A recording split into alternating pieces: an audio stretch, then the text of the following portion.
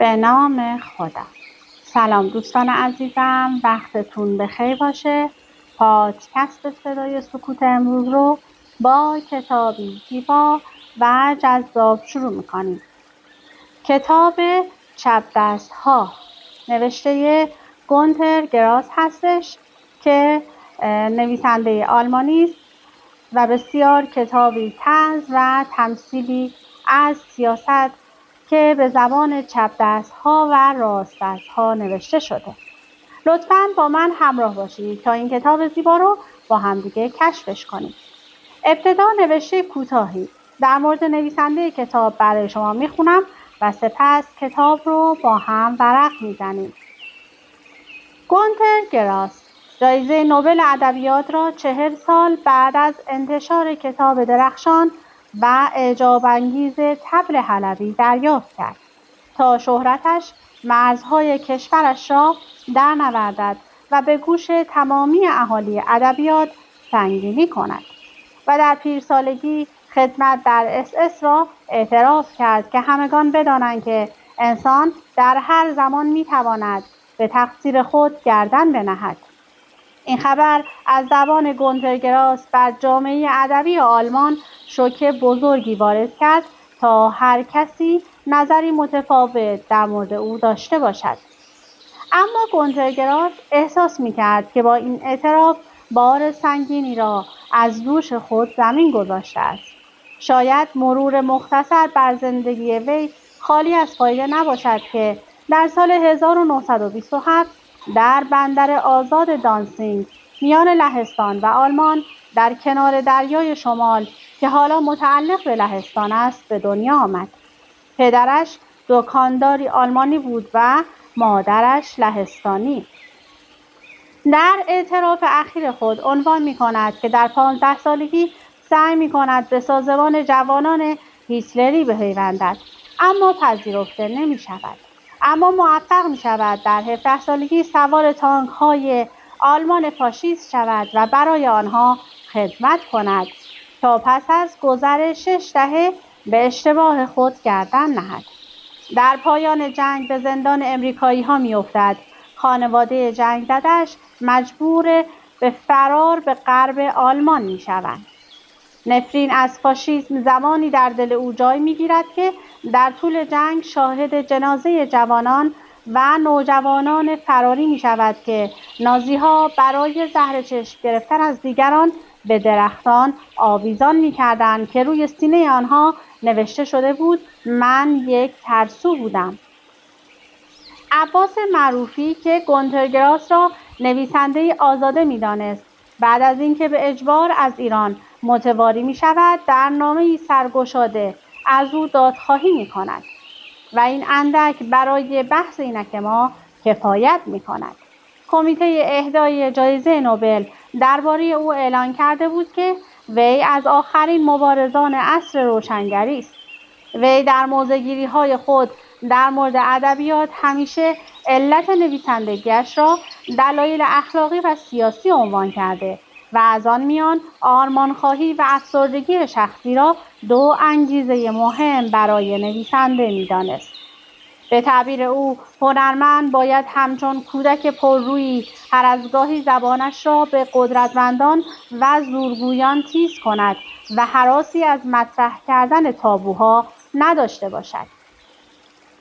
تمایل وی در سیاست را به جناح راست سوسیال دموکراسی غرب می‌دانند با تمایلات ضد کمونیستی یا به زبان قدیمی یک رویزیونیست واقعی با یا فرزند خلف کاوتسکی. مرتد کاوتسکی بنیانگذار حزب سوسیالیست دموکراسی در آلمان بود که در مقابل ایستایی راستگرایان که تمایل به سرمایه‌داری داشتند و در صدد دفاع از حقوق عده‌ای قلیل برآمده بودند طرف توده ها را گرفت تا سرآغازی برای ظهور چپ باشد. طبل حلبی، سالهای سگی، سفره ماهی، موش و گربه، دشتی وسیع و قرن من رمان‌های موفق این نویسنده شهیر آلمانی است. در اینجا به اجمال به بررسی داستان چپ دست‌ها می‌پردازیم. چپ دست داستانی استعاره‌ای است که به سیاست نظر دارد و از پس نشانه‌ها سعی دارد حوزه سیاسی را نقادانه در نظر خوانندگان عریان کند. حزب چپ حزبی سوسیالیست و دستچپی در آلمان است که سابقاً حزب سوسیالیسم دموکراتیک نامیده می شود. این حزب خلف قانونی حزب اتحاد سوسیالیستی آلمان است که تا سال 1990 حاکم آلمان شرقی بود و تا زمانی که با نام حزب سوسیالیسم دموکراتیک فعالیت می‌کرد تا حدود زیادی به عنوان حزب شرق شناخته می‌شد و در غرب آلمان نفوذ اندکی داشت. اما در 2005 با اتخاذ نام حزب چپ و شرکت در ائتلافی انتخاباتی با حزب کارگر و عدالت اجتماعی که بیشتر در آلمان غربی پایه داشت، حزب با نفوذی در آلمان تلقی می شود. برای آشنایی با مبارزات حزب چپگرا کافی است که به کاوتسکی استناد بکنیم که در تبیین رابطه میان مبارزه اقتصادی و سیاسی میگوید گهگاه برخی کوشیدند تا مبارزه سیاسی را در تقابل با مبارزه اقتصادی قرار دهند و چنین اظهار کردند که پرولتاریا باید توجه خود را منحصراً به یکی از این دو مبارزه معطوف کند. واقعیت این است که این دو را نمیتوان از هم مجزا کرد. مبارزه اقتصادی حقوق سیاسی را میطلبد و این حقوق از آسمان فرود نمیآیند. برای تامین و بقای این حقوق شدیدترین نوع مبارزه سیاسی ضرورت دارد. در تحلیل نهایی مبارزه سیاسی یک مبارزه اقتصادی است. تا حدودی گونتر گراس با تکیه بر آرایی کاوتسکی مبانی مورد نظر وی را سرمشق خود در امر سیاست قرار می‌دهد و از این روی زمانی که از حقوق زنها دفاع می‌کند دیدگاهش با تکیه بر شعائر چپ‌ها بیشتر لیبرالیته را دلیل اجحاف حقوق زنها می‌داند. در داستان کوتاه چپ دست‌ها نویسنده کارکشته آلمانی سعی در توجیه و یا نشان دادن توفق حزب چپ نیست، بلکه بحث حائز اهمیت در این داستان نیازمندی حزب‌های مختلف برای باقی ماندن دیگری است. گونتر گراس به خوبی دانسته است که تغییر هماورده در دل گروه شکل می‌گیرد، کما اینکه کاوتسکی نیز در مورد سرمایه دار قائل به این مهم بود که سرمایه‌داری تغییر می‌کند، اما این تغییر چیزی نیست مگر ظاهر شدن گرایشات و تناقض‌های درونی خود آن. برای همین در داستان اریش که دوست راوی است و هر دو چپ دست هستند و در اتحادیه چپ دست‌ها ثبت نام کردند و می‌خواهند توفق چپ دست‌ها را به دیگران نشان دهند، در کمال خونسردی و مهربانی با هم دوئل می‌کنند.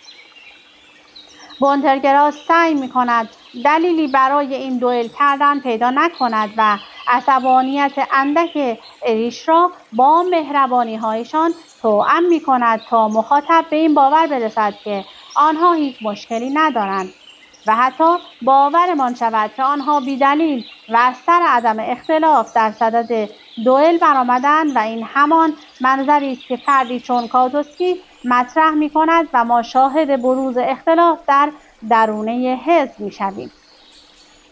کاوتسکی از این روی نظام را در مقابل برون نظام تضعیف نمی‌کند و مرزهای غیر ملموس و ملموسی که می‌خواهد نظام را وارد چالش سازد از طرف وی به رسمیت شناخته می‌شود، اما برای مانای نظام وجود اختلاف را امری طبیعی تلقی کرده و قائل به فروپاشی آن نمی‌باشد. داستان چپ دست‌ها در مورد افرادی است که دست راستشان توانایی و قدرت دست چپ را ندارد و صاحبان این خصیصه برانند که چپ دستی را مزیتی تلقی کنند و در بین این افراد دو تن هستند که با وجود چپ دستی با هم دوئل می‌کنند. اما در دوئل به جای اینکه قلب هم را نشانه بگیرند دست‌هایشان را در معرض تیر قرار می‌دهند و در نتیجه دست‌هایشان زخمی می‌شود. حال دست‌های راستشان برای ترمیم و مداوای آنها اقدام می‌کنند و زخم‌ها را می‌بندند، چنانکه اشاره شد گونتر در این داستان با وضعیتی کلی‌نگر وجود هر نوع دیدگاهی را در جامعه لازم می‌داند و چنان که پیشتر اشاره شد خلف وی نیز از چنین باوری تبعیت می‌کرد و یا به تعبیری آن را ترویج می‌داد. شعارهایی که در این داستان نویسنده بدانها تکیه کرده نشان از دگردیسی یک فرد چپ را نشان می‌دهد. نخست کسانی که وارد اتحادیه چپ دست‌ها شدند شعار می‌دهند که ما نمی‌خواهیم تا زمانی که راست هم مثل چپ شود آرام بگیریم. اما با دگردیسی و اندیشه‌ای که مقابل تحقیر و تقلیل جایگاه انسانی می‌ایستد موجب می‌شود که اتحادیه خواستار لغو این شعار شود و شعار دیگری به جای آن تعیین شود. ما می‌خواهیم به دست چپ خود افتخار کنیم و نمی‌خواهیم از انجام مهارت‌های مادرزادیمان خجالت بکشیم. گونتر قدم به قدم با شخصیت‌های داستانی همراه می‌شود و آنها را که موافق و هم‌حزب هستند کنار هم می‌گذارد تا به این نتیجه برسد که نظام‌های کلی استقرار همیشگی دارند و می‌توان گفتمان‌های مختلف را در درون آنها شکل داد بی آنکه در صدد فروپاشیشان بر بیاییم و همچنین به عناصر برون نظام اشاره می‌کند که در صورتی که گروهی بدون هیچ تعارضی با هم زندگی کنند در درون گروه اختلافی شکل گرفته و اصلاحات غیر قابل انکار می‌شوند. وی برای تفهیم جهانبینی خود هراسی از این ندارد که در داستان استعاره خود متوسل به شعارهای حزبی شود. از این رو در روایت راوی با معیارهای حزبی نیز آشنا می‌شویم و شاید برای همین است که بعد از 6 دهه فعالیت خود را درونه نظام فاشیستی فاش کرده و به نقادی باورهای خود می‌نشیند. گویا در این داستان وی می‌خواهد بگوید که ما به صدای مخالف نیاز داریم، حتی به وجود دشمن نیز نیازمندیم. در هر حال چپ دست‌ها با اینکه داستان کوتاهی می‌تواند مانیفست سیاسی گونتر تلقی شود. خب خلاصه کوتاه رو از این کتاب برای شما میخونم. اریش مرا زیر نظر دارد، من هم چشم از او بر نمیدارم. هر دوی ما اسلحه به دست داریم و مسلم است که ماشه را خواهیم چکان و یکدیگر را زخمی خواهیم کرد. اسلحه های ما پرند. ما هفت‌تیرهایی را به طرف هم گرفته‌ایم که طی تمرین‌های طولانی آنها را آزمایش کرده و بلافاصله پس از تمرین به دقت تمیزشان کرده‌ایم. فلز سرد اسلحه کم کم گرم می شود چون این ماسماسکی از درازا بی خطر به نظر می رسد. آیا نمی توان یک خودنویس یا یک کلید بزرگ و برجسته را هم همینطور نگه داشت و خاله ترسوی خود را که دستکش چرمی مصنوعی و سیاه رنگی به دست دارد وادار به جیغ زدن نمود؟ من هرگز نباید این فکر را به خود راه بدهم که هفت‌تیر اریش خطا نشانه گیری می کند و یا یک اسباب بازی بی خطر است. از طرفی می دانم که اریش هم ثانیه‌ای در خطرناک بودن اسلحه من شک نمی کند. به علاوه ما حدود نیم ساعت پیش اسلحه‌هایمان را باز کرده تمیزشان کرده ایم و مجددا آنها را بسته ایم. فشنگ‌گذاری کرده ایم و ضامنها را هم کشیده ایم. ما اهل خیال بافی نیستیم. و حتی اقامتگاه کوچک آخر هفته اریش را هم به عنوان محل انجام دوئل اجتناب ناپذیر خود مشخص کرده ایم. از آنجا که از ایستگاه راه آهن تا آن خانه یک طبقه بیشتر از 1 ساعت راه است و با این حساب واقعاً دور افتاده محسوب می شود، می توانیم بپذیریم که به معنای واقعی کلمه هیچ مزاحمتی صدای شلیک گلوله را نخواهد شنید. ما اتاق نشیمن را از اساسی تخلیه کرده و تابلوها را که اغلب صحنه‌های شکار و صید حیوانات وحشی را نشان می‌داد از دیوارها برداشته‌ایم. گلوله‌ها اصلا نباید به صندلی‌ها، کمدهای براق و تابلوهای نقاشی که قاب‌های گران قیمتی دارند اصابت کنند. ما نمی‌خواهیم تیری به آینه بخورد یا سرامیک‌ها آسیب ببینند. ما فقط قصد جان همدیگر را کردیم. هر دوی ما چپ دستیم و همدیگر را از انجمن چپ دست ها می شناسیم. می‌دانید که ما چپ دست‌های این شهر مانند همه کسانی که دردی مشترک آنها را رنج می‌دهد انجمنی تأسیس کرده‌ایم و مرتباً همدیگر را ملاقات می‌کنیم و می‌کوشیم دست راست خود را که متأسفانه در کارها بسیار ناشی است تمرین بدهیم. مدتی یک راست دست خوشقلب ما را آموزش می‌داد. متأسفانه او دیگر نمی‌آید. آقایان هیئت رئیسه از روش‌های آموزشی او انتقاد می‌کردند و معتقد بودند اعضای انجمن باید با نیروی خود تغییر عادت بدهند. به این ترتیب ما با هم و بدون هیچ اجباری فقط به بازی‌های دسته‌جمعی ابداعی و انجام کارهایی می‌پردازیم که مهارت را بالا می‌برند، مثل سوزن نخ کردن، آب ریختن و باز و بسته کردن در با دست راست. یکی از اصول اساسی ما این است تا زمانی که دست راست مثل دست چپ نشود آرام نمیگیریم. این جمله هر چقدر هم که زیبا و دهن پرکن باشد بی‌معناترین حرف هاست. با این روش ما هرگز به نتیجه دست نخواهیم یافت. جناح افراطی انجمن ما از مدت‌ها قبل خواسته بود که این جمله به طور کامل حذف و به جای آن نوشته شود. ما به دست چپمان افتخار می‌کنیم و از آنچه با آن متولد شده‌ایم شرمگین نیستیم. مسلماً این شعار هم درست نیست و تنها جذابیت آن و نیز بلند طبعیمان به ما اجازه داد چون این حرف‌های را انتخاب کنیم. اریش و من که هر دو جزء جناح افراطی محسوب می‌شویم به خوبی می‌دانیم سرخوردگی تا چه حد در ما ریشه دوانده است. خانه، مدرسه و بعدها خدمت سربازی هم به ما کمک نکرد تا یاد بگیریم این نقص جزئی را جزئی در مقایسه با سایر ناهنجاری‌های رایج با بردباری تحمل کنیم. باعث و بانی این احساس سرخوردگی هم آن طرز فکر کودکانه است که اطرافیان دست آدم را می‌گیرند. خاله‌ها و عمه‌ها، دایی‌ها و عموها، دوستان مادر و همکاران پدر، اینها همان جمع خانوادگی غیر قابل تحمل و وحشتناکی هستند که افق آینده یک کودک را تاریک می‌کنند. باید دستمان را به همه این افراد می‌دادیم.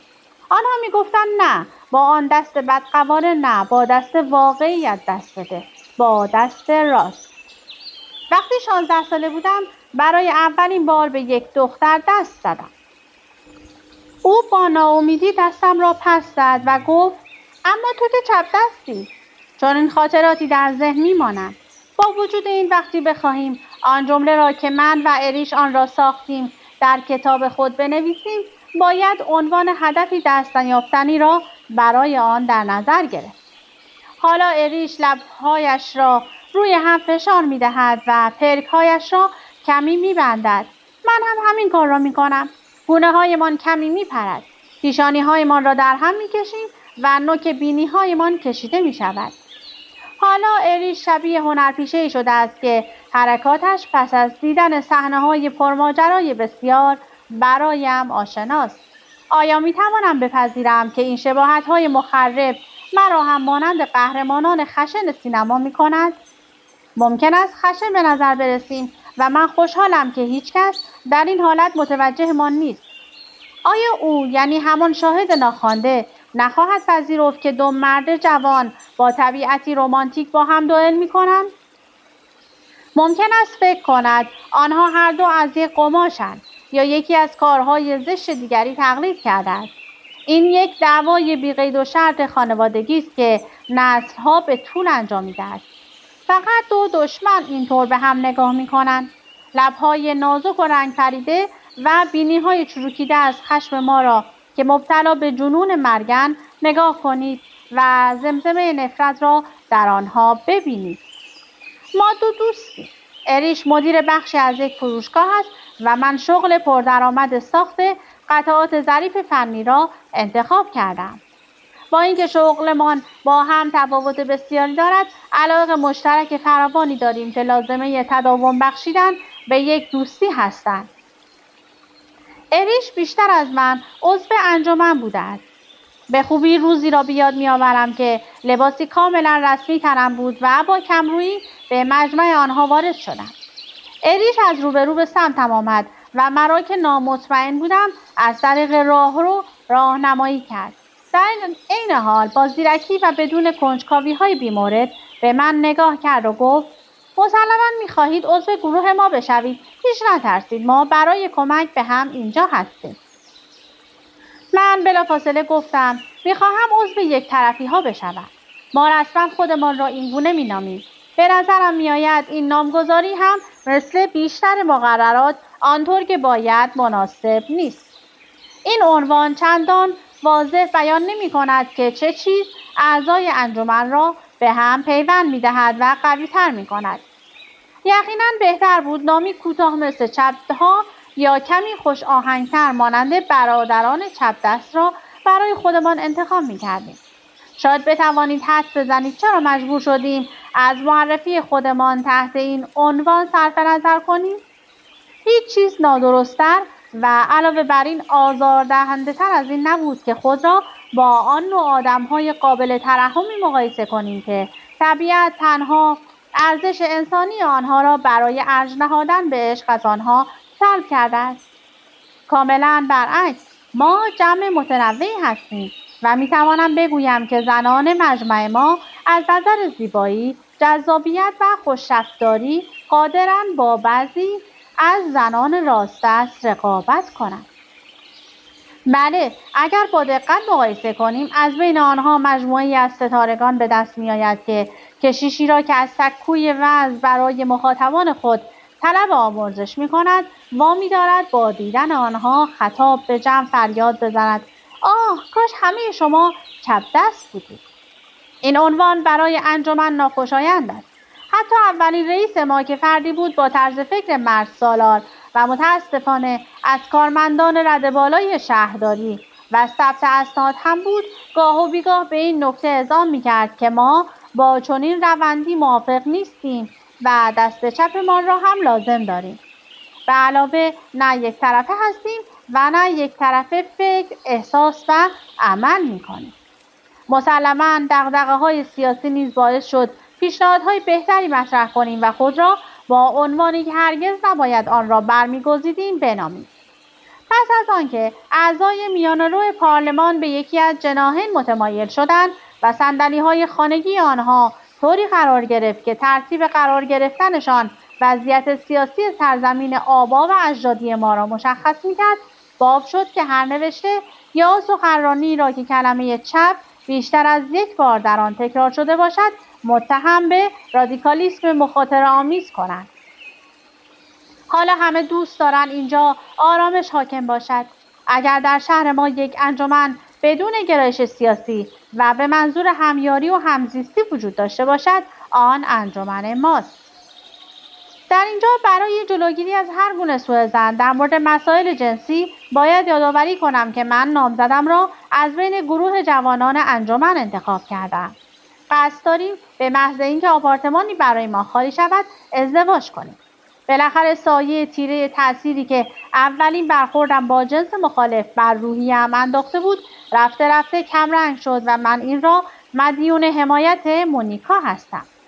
عشق ما نه تنها با مشکلات متعارفی که در بسیاری از کتاب‌ها توصیف شده به پایان نرسید، بلکه سختی‌های جزئی زندگیمان هم برطرف و تا حدی به شادی تبدیل شد تا توانستیم به یک خوشبختی نسبی برسیم. پس از آنکه در آشفتگی محسوس اوایل رابطه‌مان سعی کردیم با دست راستمان خوب کار کنیم، متوجه شدیم که قسمت دیگر بدنمان لمس است و با احتیاط همه چیز را لمس و نوازش می‌کنیم. یعنی همانطور که خداوند ما را آفرید. بیشتر از این چیزی نمیگویم و امیدوارم بی‌ملاحظگی نباشد. اگر اینجا اشاره کنم که دست مهربان مونیکا همیشه به من نیرو می‌دهد تا در امور استقامت داشته باشم و به وعده‌هایم عمل کنم، در اینجا متاسفانه ضمن تأکید بر استعداد خود در ناشیگری باید اعتراف کنم که درست پس از اولین باری که با هم سینما رفتیم مجبور شدم به او قول بدهم تا زمانی که حلقه نامزدی را در انگشت سبابه دست راستمان نکرده‌ایم او همچنان دختر خواهد ماند. به علاوه در شهرهای کاتولیک نشین جنوب نشان طلایی ازدواج را به دست چپ می‌کنند و در این میان در همین مناطق آفتابی نیز بیشتر قلب حاکم است تا عقل خشن. در این مورد شاید برای اعتراض به رفتار دختران و نشان دادن اینکه آنها هنگام به خطر افتادن منافعشان چه شیوه یک جانبه‌ای را برای استدلال برمی‌گزینند، بانوان جوانتر انجمن ما با کار خستگی ناپذیر شبانه این جمله را روی پرچم سبز انجمنمان دوختند: قلب چپ هنوز میزند. مونیکا و من قبلا درباره لحظه به دست کردن حلقه خیلی با هم بحث کرده ایم و همیشه به این نتیجه رسیده ایم ما جرئت نمی‌کنیم در یک دنیای نامطمئن و پر از شر خود را نامزد معرفی کنیم، در حالی که از مدت‌ها قبل زوج با شهامتی بوده ایم که همه چیزشان را از ریز و درشت با هم تقسیم کردند. مونیکا اغلب به خاطر ماجرای حلقه گریه می‌کند.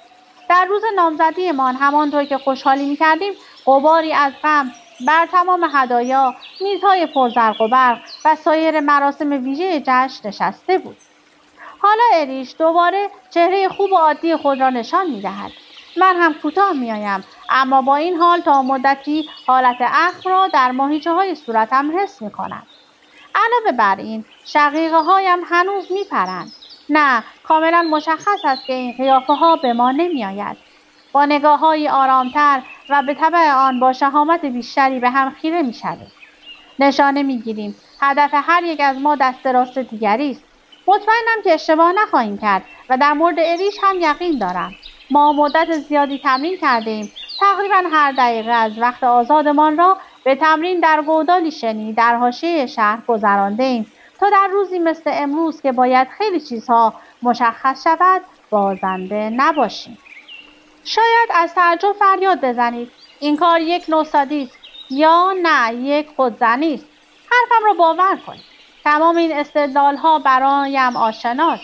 ما همدیگر را به هیچ جنایتی محکوم نکردیم. به هیچ جنایتی. این اولین باری نیست که ما در این اتاق خالی می‌ایستیم. 4 بار همدیگر را اینطور مسلح دیده‌ایم و 4 بار وحشت زده از نیت خود هفت‌تیرها را انداخته‌ایم. اما امروز شجاعت این کار را داریم. پیشامدهای اخیر در امور شخصی و نیز در دوران انجمن به ما حق می‌دهند که این کار را انجام دهیم. حالا بالاخره پس از تردیدی طولانی و زیر سوال بردن خواسته جناح افراطی انجمن دست به اسلحه می‌بریم. بسیار تأسف‌انگیز است. ما دیگر نمی‌توانیم همکاری کنیم. وجدان ما حکم می‌کند که از اصول رایج اعضای انجمن فاصله بگیریم. آیا در این موضوع جناح‌گرایی به وجود آمده است یا خیال بافان و خیال پردازان جای صفوف عقلی را گرفتند؟ یک دسته رویای خود را در سمت راست می‌بینند و دسته دیگر جناح چپ را معبود خود قرار دادند. چیزی که هرگز نمی‌توانستم باور کنم این بود که شعارهای سیاسی را محفل به محفل فریاد بزنند. سنت نفرت آور و دست شپی کوبیدن میخ همراه با سوگند خوردن آنچنان مرسوم است که بعضی از نشست‌های هیئت رئیسه به مجالس عیش و نوشی شبیه است که در آن باید با پایکوبی دیوانه‌وار و شدید به وجد و سرور رسید. اگر هم کسی این را با صدای بلند به زبان نیاورد و کسانی را که آشکارا گرفتار گناه شده‌اند بدون معطلی تا مدت‌ها از خود دور کند، نمی‌توان انکار کرد که همان عشق بیهوده و به نظر من کاملا نامفهوم بین همجنس‌ها نیز در میان ما طرفدار پیدا کرده است. حالا بدترین چیز ممکن را بگویم. رابطه من و مونیکا هم تحت تاثیر این جو قرار گرفت. و اغلب اوقات را کنار یکی از دوستانش که دختری متزلزل و دمدمی مزاج بود می‌گذراند. او اغلب اوقات مرا در ماجرای حلقه ازدواج به سهل‌انگاری و بی‌جربزگی متهم می‌کند و زیاده روی است اگر باور کنم که هنوز همان اعتماد سابق میان ما وجود دارد و او همان مونیکایی است که من قبلا بیشتر در آغوشش می‌گرفتم. حالا اریش و من سعی می‌کنیم به یک اندازه نفس بکشیم. هرچه بیشتر با هم هماهنگی داشته باشیم، بیشتر مطمئن می‌شویم که کارمان ناشی از احساسات مثبت است. باور نکنید که این یکی گفته کتاب مقدس است که به انسان پند می‌دهد خشم خود را فرو خورد. این بیشتر آرزوی شدید و دائمی برای رسیدن به صراحت است و به بیان صریح‌تر برای دانستن اینکه در اطرافم چه می‌گذرد. آیا این سرنوشتی تغییر ناپذیر است یا در دستان ما قرار دارد و قادریم در آن دخالت کنیم و به زندگی خود مسیری عادی بدهیم؟ ممنوعیت‌های بچگانه و حقه‌هایی از این دست دیگر بس است. ما می‌خواهیم از طریق انتخابات آزاد به اهداف خود برسیم و دیگر مجدداً به خاطر هیچ چیز خاصی جدا از عموم آغاز به کار نکنیم و در کارها دستی داشته باشیم. حالا نفس‌هایمان با هم هماهنگ است. بدون اینکه علامتی بدهیم همزمان شلیک کردیم. اریش به هدف زد. من هم او را بی‌نصیب نگذاشتم. همانطور که پیش بینی میشد هر یک از ما چنان محکم ماهیچه دستان خود را میکشد که هفتیرها به خاطر نداشتن نیروی کافی برای نگه داشتن آنها از دستمان روی زمین میافتند و به این ترتیب هر شلیک دیگری اضافی است. ما میخندیم و آزمایش بزرگ خود را با پیچیدن پانسمان زخم آغاز میکنیم، اما ناشیانه، زیرا تنها از دست راستمان استفاده میکنیم. خب من سعی کردم کل این کتاب رو برای شما بخونم. داستان همینجا تموم میشه و کتاب هم همینطور. امیدوارم که اگر از این داستان طنز و تمثیلی زیبا و فکاهی خوشتون اومده، حتما برای خودتون کتاب‌های این مدلی رو تهیه کنید و تا انتها بخونید. از اینکه با من همراه بودید سپاسگزارم. تا وایس بعدی، خدا نگهدارتون.